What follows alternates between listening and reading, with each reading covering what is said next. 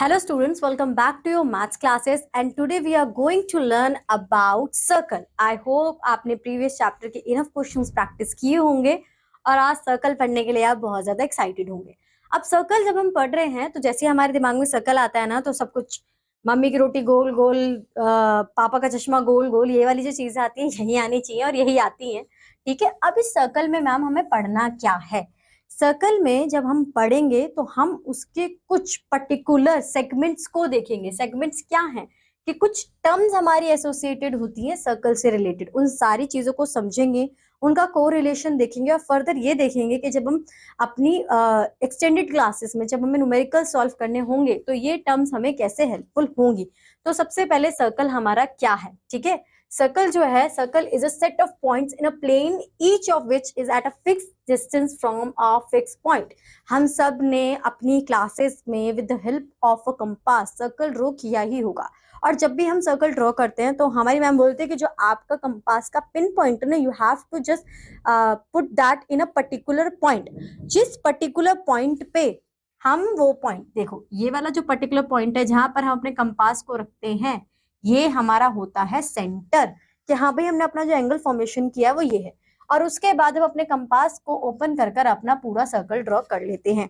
अब यहाँ पर बच्चों के इस सेंटर से लेके जो ये स्ट्रेट लाइन हमारी जा रही है to touches the edge of the curve part of the circle, it refers as radius. Okay, अब मैम ठीक है, ये तो हमने समझ लिया कि ये हमारा रेडियस होगा, पर नेक्स्ट क्वेश्चन हमारा यहाँ पे ये आता है कि जो रेडियस है क्या वो इसी फॉर्मेशन में होगा या फर्दर कहीं और भी हो सकता है? मतलब अगर मैं साइड को इस तरीके से कर दूं, ये क्या ये भी रेडियस काउंट होगा? हाँ, डायरेक्शन चाहे कुछ भी हो, आपका अगर सेंटर से राइट कोई भी लाइन सर्कल के कर्व एज को टच करती है, that is refer as radius. Okay, next, अब यहाँ पर जब ये लाइन जो हमारा रेडियस है ये ओवर क्रॉस कर जाए सेंटर को, ठीक है, अभी तक तो ये रेडियस काउंट हो रहा है, उसके बाद यहाँ पर ये ओवर क्रॉस कर रही है, सेंटर को क्रॉस करते हुए आगे बढ़ गई ना।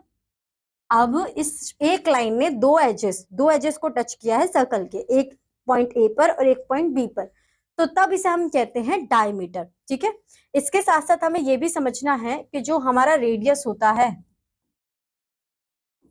वो क्या होता है, वो हाफ ऑफ डायमीटर होता है, ये हम कह सकते हैं, या फिर हम कह सकते हैं कि डबल ऑफ रेडियस जो होगा वो हमारा डायमीटर होगा। इसे कैसे समझे?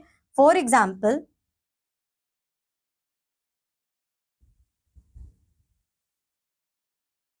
अगर यहाँ पर मुझे रेडियस दिया हुआ है 4 सेंटीमीटर और मुझसे पूछा जाए कि डायमीटर क्या होगा, तो मैं 4 का डबल कर दूंगी, क्योंकि डायमीटर क्या है 2r, तो मैं 4 मल्टीप्लाई बाय 2 करूंगी तो डायमीटर कितना आ जाएगा 8 सेंटीमीटर। ठीक है, तो इस तरीके से हम इसे कैलकुलेट करेंगे। अब नेक्स्ट हमारा आता है यहाँ पर सरकमफेरेंस। सरकमफेरेंस का मतलब होता है बाउंड्रीज। फॉर एग्जाम्पल, अगर आपके पास एक कोई एक नोटबुक है और आपको बोला कि with the help of a thread measure करो कि कितनी कितनी इसकी मेजरमेंट है आपकी नोटबुक की, तो आप क्या करोगे कि आप उसके ये बाउंड्री से तो देखोगे ना, और तो कुछ देखोगे नहीं, अंदर वाले पार्ट से आपको क्या कि कितना दिया हुआ है कितना नहीं दिया हुआ, आपने देखना है कि बाउंड्रीज कितनी दी हुई हैं और आपको पता चल जाएगा। तो जब हम रिलेशन से बाउंड्री से करते हैं, कैलकुलेशन बाउंड्री से ही करते हैं, उसे हम सरकमफेरेंस कहते हैं।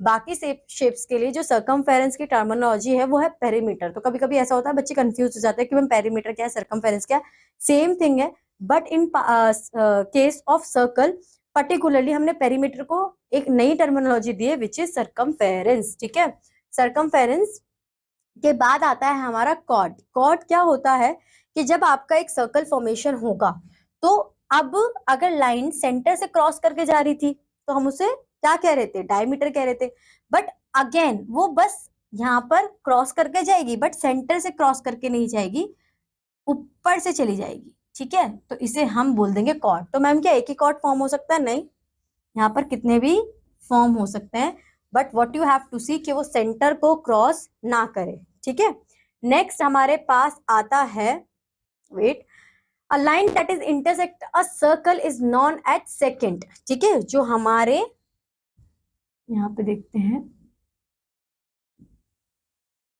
ये हमने देखा यहाँ पर देखो कॉर्ड हमारा बना के दिया हुआ है, जो हमारे सर्कल को इंटरसेक्ट करता है। इंटरसेक्ट का मतलब क्या होता है कि कट, इंटरसेक्ट, क्रॉस करते हुए जा रहा है। देखो यहाँ वाले पॉइंट पे क्रॉस कर रहा है ना, क्रॉस कर रहा है ये, तो इसे हम बोलते हैं सेकंड। कॉर्ड में क्रॉस नहीं करता है वो, ठीक है। अब यहाँ पर आता है a part of the boundary of a circle is called a arc of the circle. हमसे with the help of compass हम हमेशा एक आर्क फॉर्म करते हैं कि ये हमारा है, मेजर करो कि 90 डिग्री के एंगल के लिए आपको आर्क फॉर्म करनी है। तो आप क्या करोगे, पर्टिकुलर पॉइंट पे अपना यहाँ पे दो लाइंस फॉर्म करोगे, एक ऐसे और एक ऐसे। तो ये आर्क का जो पार्ट है अगर देखो तो थोड़ा सा ये सर्कुलर ही तो है। तो सर्कुलर का मतलब क्या है कि ये एक छोटा सा पार्ट है of a circle. Arc of a circle is divided into following categories, ठीक है। उसे हम सरकमफेरेंस भी कह सकते हैं, द होल आर्क। सरकमफेरेंस के केस में हम पूरा हमारा आर्क फॉर्म हो रहा है। आर्क का मतलब क्या है, पार्ट ऑफ अ सर्कल, ठीक है, जो सर्कुलर फॉर्म होगा, ठीक है। सरकमफेरेंस में तो हम पूरे पेरीमीटर को इंक्लूड कर रहे हैं, पूरे सरकमफेरेंस को इंक्लूड कर रहे हैं, तो इस वाले केस में तो होल आर्क बोला हुआ है, ठीक है। Whole arc of the circle is called a circumference of the circle. The length of the circumference of a circle is the length of its whole arc, ठीक है। अब यहाँ पर सेमी सर्कल की बात करेंगे। सेमी सर्कल का मतलब क्या है, ऑब्वियसली जो सर्कल का सेमी हो, यानी कि सर्कल का हाफ हो। तो इसमें जो हमारी आर्क फॉर्मेशन है वो सेमी है, पूरा कंप्लीट नहीं किया है हमने, सर्कल को आधा ही बनाया है। उसके बाद आता है माइनर एंड मेजर। माइनर वाली हमारी कौन सी हो गई, ये हमारी माइनर आर्क है, जो हम हमेशा एंगल बनाते हैं ना, जो बनाते हैं वो हमारी माइनर आर्क है। और ये वाली हमारी मेजर आर्क हुई, ठीक है।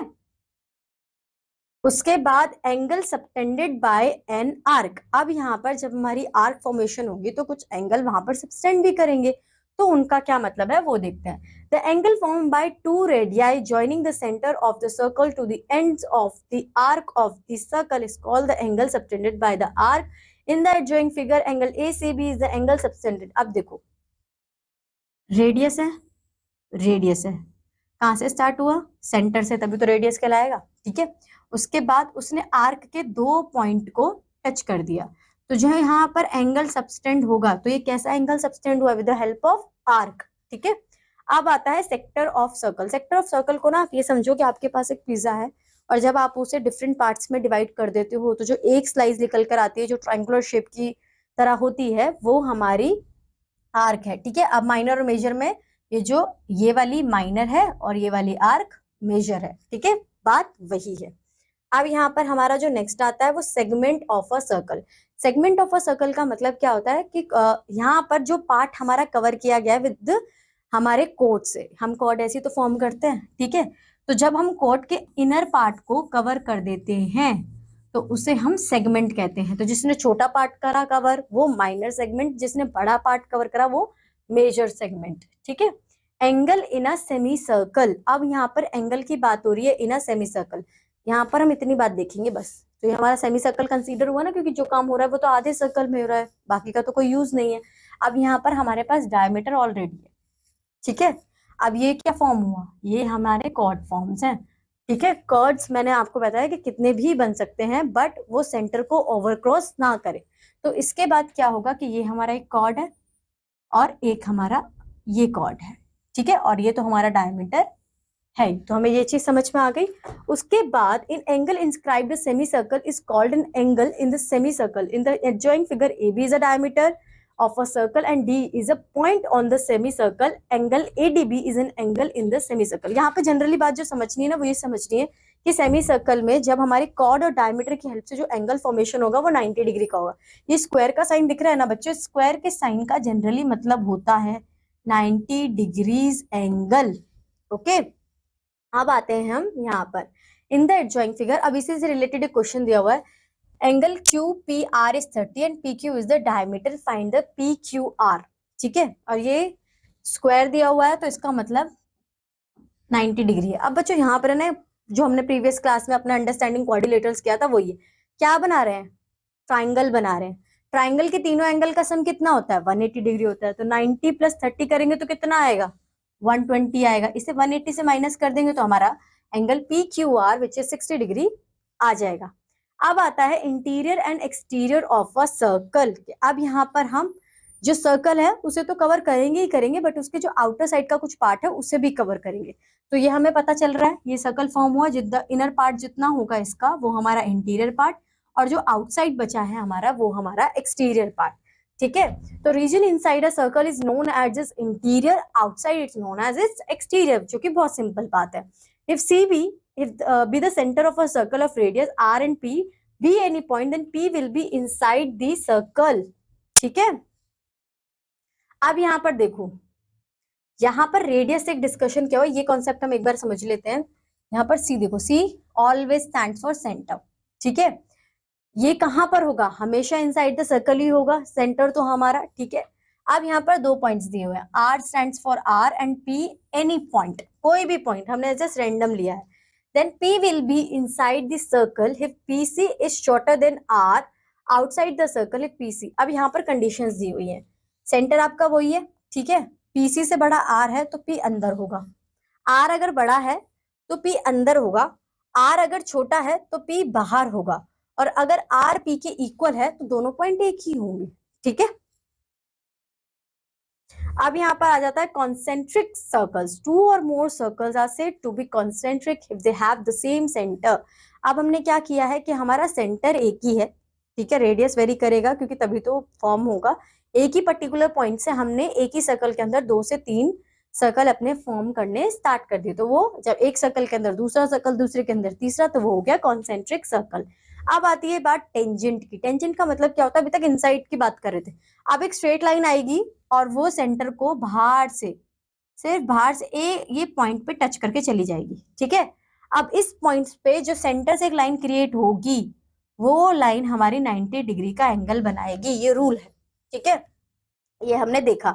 अब यहाँ पर एग्जांपल देते हैं, in the adjoining figure the length of the tangent, tangent की लाइन दे रखी, क्या है टेंजेंट, ये है टेंजेंट, ठीक है, दी हुई है हमें 24 centimetre, and the distance of P.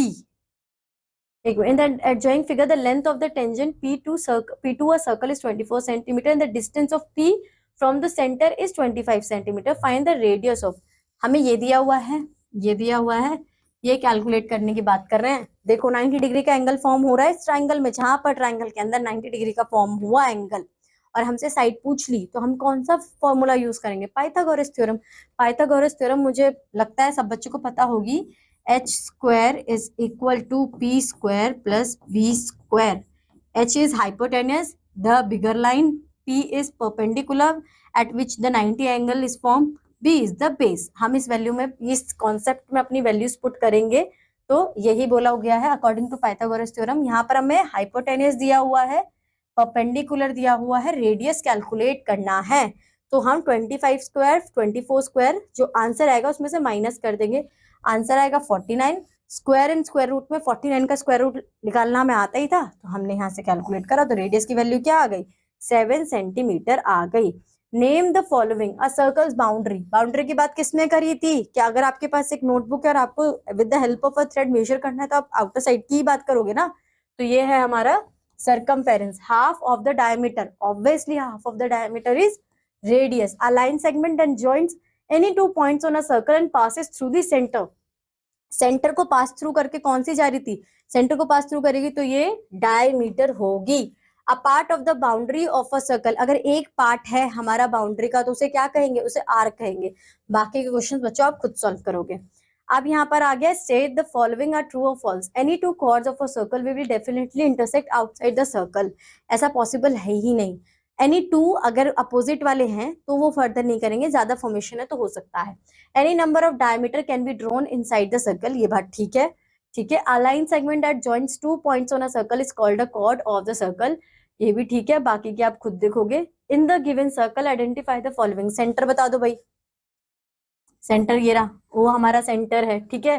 2 radii बता दो, बहुत इजी है 2 रेडियाई, DO और EO, ठीक है। अब कॉर्ड बता दो, कॉर्ड हमारा X एंड Y है। 2 points in the exterior, exterior में 2 पॉइंट्स बता दो, ठीक है।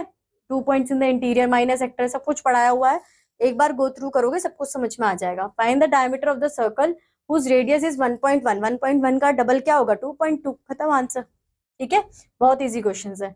Find the measure of the unknown variable in each case. अब यहाँ पर देखो, ये हमें दिया हुआ है एक ट्राइंगल, ट्राइंगल का सम हमें ऑलरेडी पता है क्या होता है, 180 डिग्री होता है, ठीक है।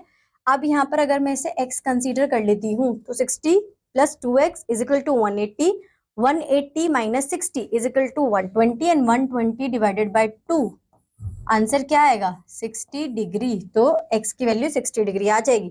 फर्दर के दो क्वेश्चंस आप ही सॉल्व करोगे। Draw a circle with the centre O and label the following. आपको एक सर्कल ड्रॉ करना है, वहां पर आपका सेंटर जो होगा वो O होगा और 1 रेडियस बना सकते हो, कॉर्ड CD बना सकते हो, टेंजेंट PB बना सकते हो, सेगमेंट AB, देखो रेडियस OP, ठीक है, कॉर्ड CD, टेंजेंट वार्षिक लाइन, यहाँ पे मेरा थोड़ा ऊपर हो गया, आपको ये देखना है PB, ठीक है। अब सेगमेंट AB, यहाँ पर जो कॉर्ड का वो हुआ, ये हमारा सेगमेंट भी बन जाएगा। लेबलिंग आप देख लेना, मैं आपको बस एक रफ आइडिया दे रही हूँ। मेजर सेक्टर पिज्जा के एक बड़ी स्लाइस, ठीक है। और बस ये चैप्टर हमारा यहीं खत्म हो गया। बहुत ही सिंपल और शॉर्ट चैप्टर है। जस्ट मेक श्योर कि आपने अच्छी तरीके से चीजों को देखा हो, समझा हो। अगर आपने वो देखा है तो एक्सरसाइज में एज सच कुछ डिफिकल्ट नहीं है जो आप सॉल्व ना कर सकते हो। आज के लिए बस इतना ही। अब हम मिलेंगे अपनी नेक्स्ट क्लास में। Till that bye bye.